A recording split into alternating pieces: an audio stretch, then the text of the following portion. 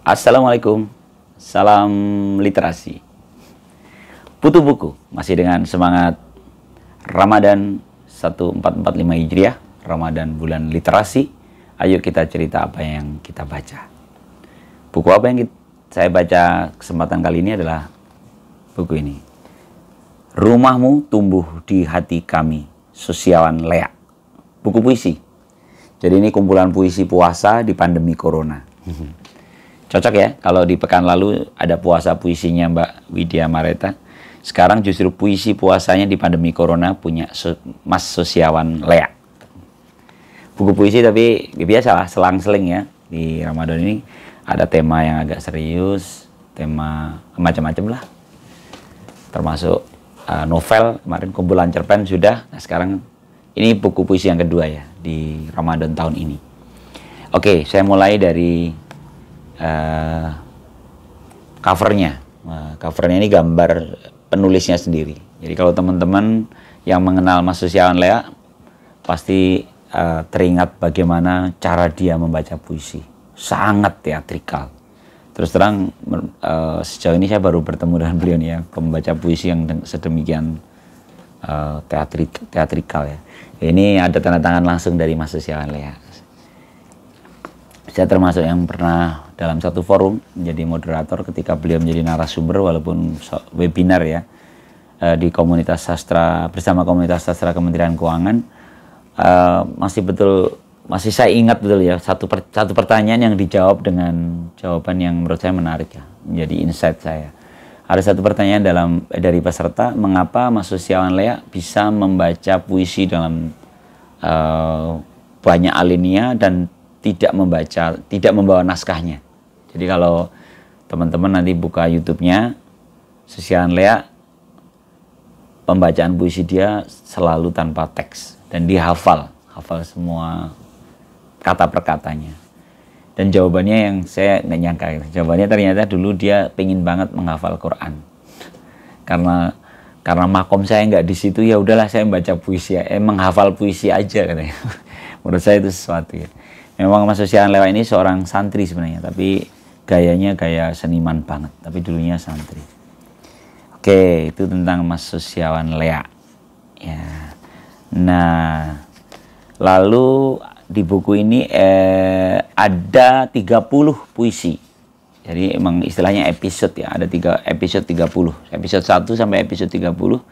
Kenapa istilahnya episode? Karena sebenarnya ini TV 9 Nusantara kalau nggak salah ya. Jadi ini kolaborasinya TV 9 Nusantara. Ada dalam Binar Puisi di Ramadan Pandemi. Jadi di pengantarnya itu ada ditulis salah satunya oleh Hakim Jaili, CEO TV 9 Nusantara. Dia menuliskan bagaimana buku ini lahir gitu ya. Yang menarik adalah ada kalimat. Jadi ternyata ini dulu saya CEO ini ya. Mas Hakim Jaili ini bertemu dengan Mas Lea itu dipertemukan Tuhan di sebuah perhelatan Muktamar Sastra tahun 2018. Berlangsung di pesantren Salafiyah Syafi'iyah Sukorejo Situbondo.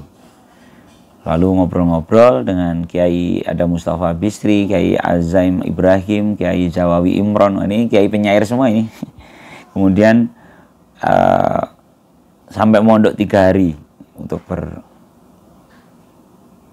menebalkan tekad mengusung warisan budaya luhur Nusantara dengan sastra. Sampai ada istilah piagam Sukorejo, rumusan hasil muktamar sastra yang di tahun 2018. Kami pun lantang berteriak, sastra dan budaya di Indonesia sudah waktunya menjadi panglima dalam kehidupan berbangsa dan bernegara. Sebagai penanda peradaban, sastra harus berada di garda depan laju kebudayaan bangsa. Mantap betul ya. Jadi kalau di sini spirit kami saat itu membuncah di Muktamar Sukorejo ini. Karena demikian penuh semangat ya. Dan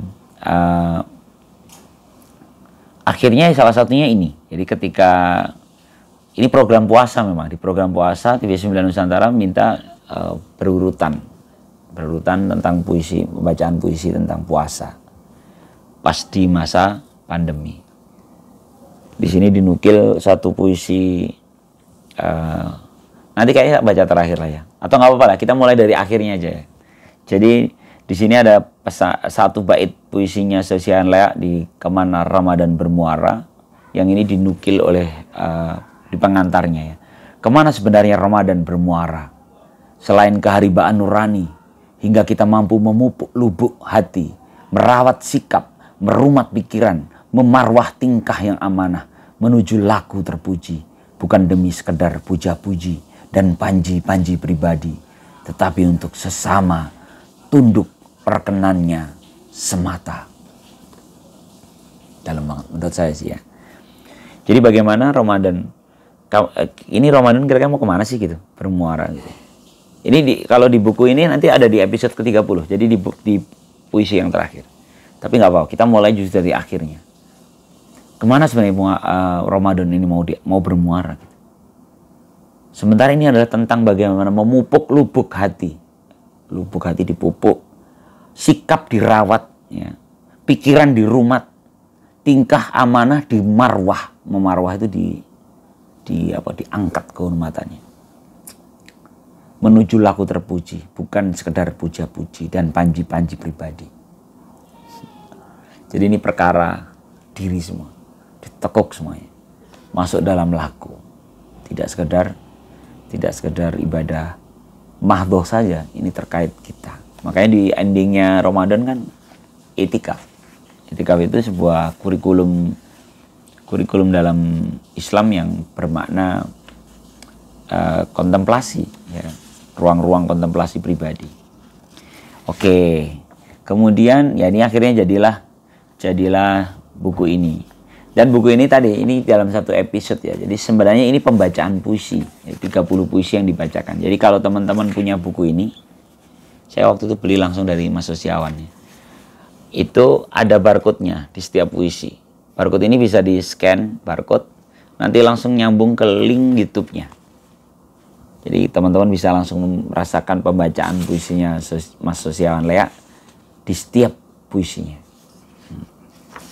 Ini pertamanya dibuka dengan Ramadan yang bersemayam.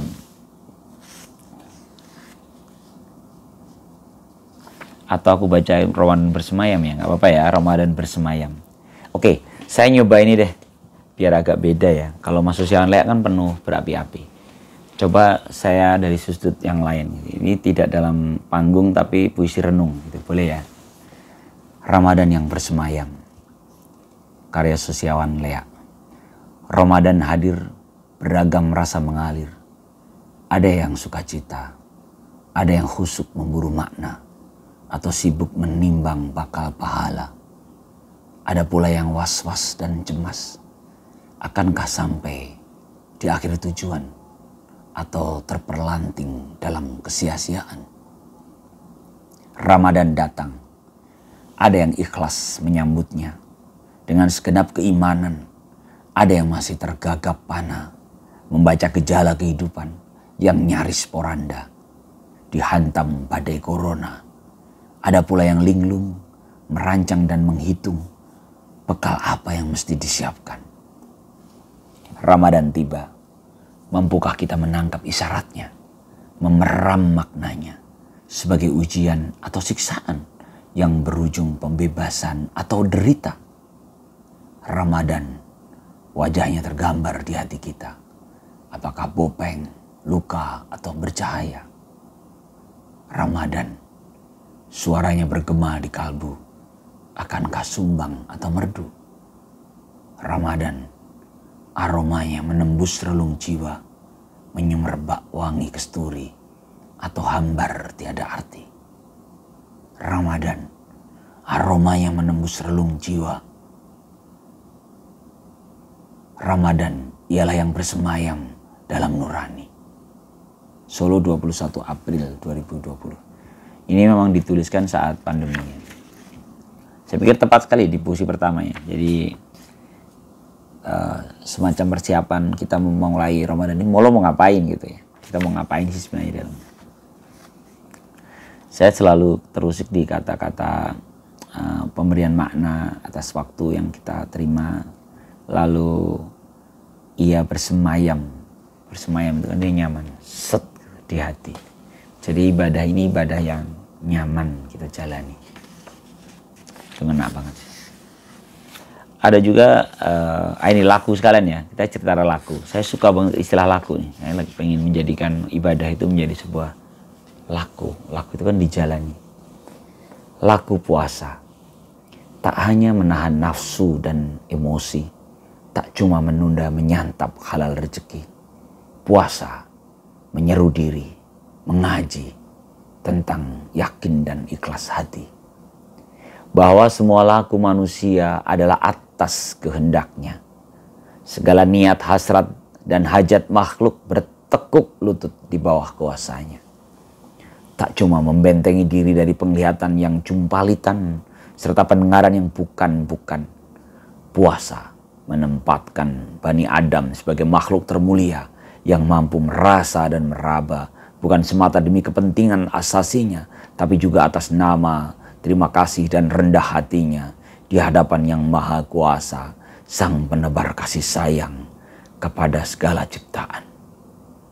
Puasa mengajari manusia untuk tidak semena-mena mengembarakan rakus tamaknya kepada segala rupa kezaliman, segala rupa kelaziman kehidupan, kepada aneka warna bunga dunia yang menyerbak aroma meski sah dan berhak direngkuhnya.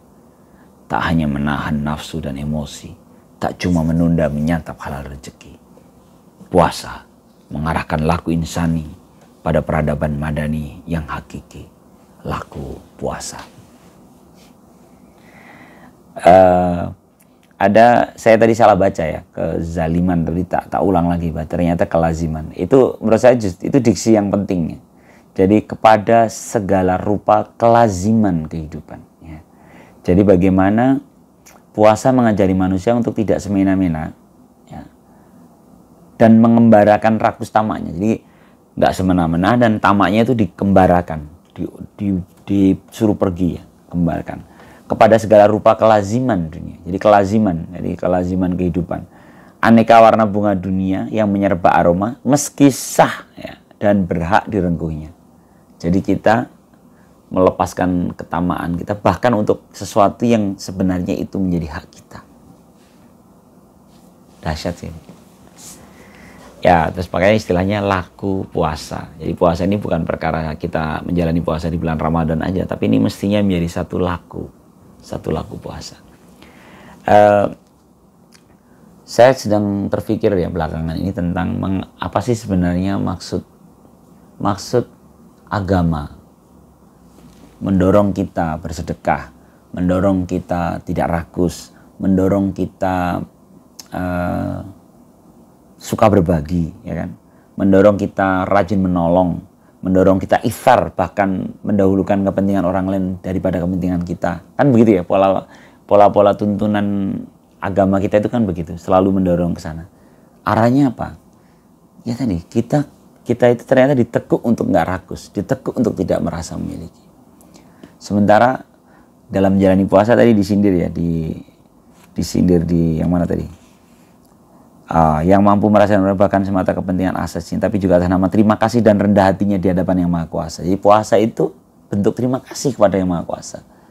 Kalau kita kan kadang-kadang masih terjebak berpuasa, sholat malam yang banyak, membaca Al-Quran, kita berharap mendapatkan sesuatu, bahkan itu pahala gitu. Ini sih, kita belum sampai di titik yang ini itu sebenarnya bentuk terima kasih kita padanya. Ini Mas Sosiawan Leak mengingatkan itu, ya kan? Itu sebenarnya kan kita masih ada tamak, bahkan tamak atas pahala kita, gitu. Kan ternyata kita masih sibuk semangatnya yang ngumpulin pahala di kepala kita. Menurut saya ini dalam. Ya. Terus sekarang yang rumahmu di hati kami, ini adalah judul bukunya. Rumahmu tumbuh di hati kami. Ini ada di puisi ini. Judulnya Rumahmu di Hati Kami. Ramadan kali ini rumahmu sepi, jalanan lengang, kantor-kantor sunyi, tak ada antrean kendaraan di traffic light dan perempatan, toko supermarket berdandan separuh badan. Sisanya kusut berkabut disinfektan. Kios, warung, dan pasar-pasar menyembunyikan wajahnya dalam masker undang-undang darurat negara. Di kampung dan desa, pada gang serta pematang tumbuh portal-portal yang ditanam barikade dan barisan peronda demi mengurung harta benda dari pergaulan sia-sia. Ramadan kali ini, Rabi, rumah-rumahmu sepi, tapi hati kami riuh firman-firman suci yang bertebaran di siang dan malam.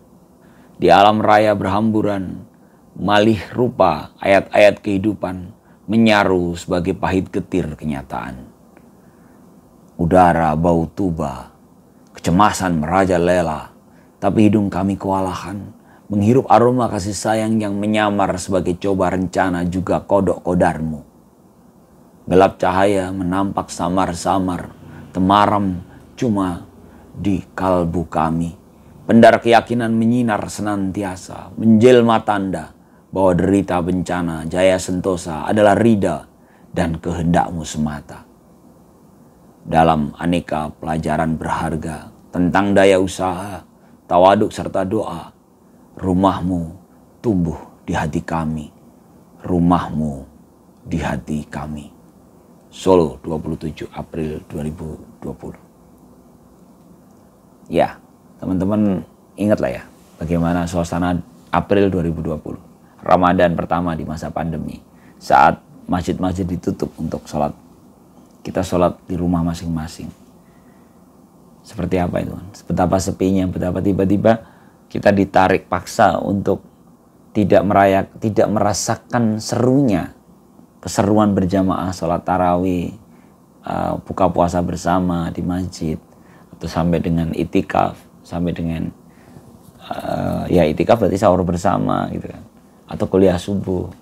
Saat itu benar-benar ketutup semua, dan itu tidak membuat surut indahnya suasana Ramadan, karena ternyata rumahmu ini adalah masjid kan, tapi tumbuh di hati kami.